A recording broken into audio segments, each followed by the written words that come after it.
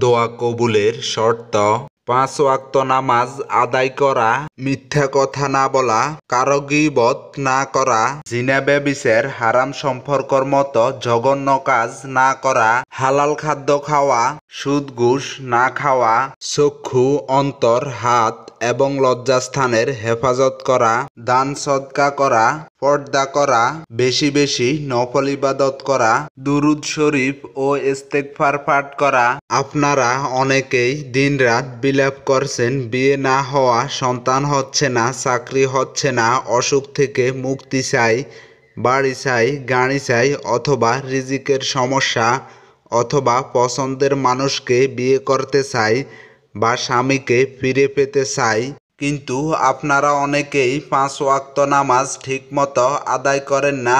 আবার বলেন বিলাপ করে যে কত চাইলাম, আল্লাহ আমার দোয়া কবুল করলেন না। আপনি ফরজই পালন করেন না, নফল ইবাদত তো বাদে দিলাম। আল্লাহ আপনাকে বিপদগ্রস্ত কেন করেন?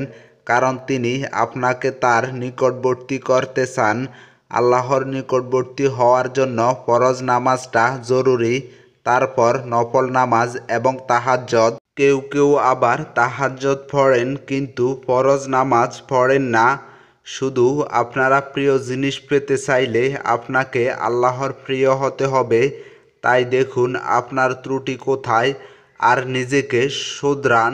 অযথা আল্লাহকে দোষারোপ করে নিজের ইহকাল এবং পরকাল দুটোই হারাবেন না। আপনাদের সবার মনের হালাল এবং নেক দোয়া আল্লাহ কবুল করুন। আমিন।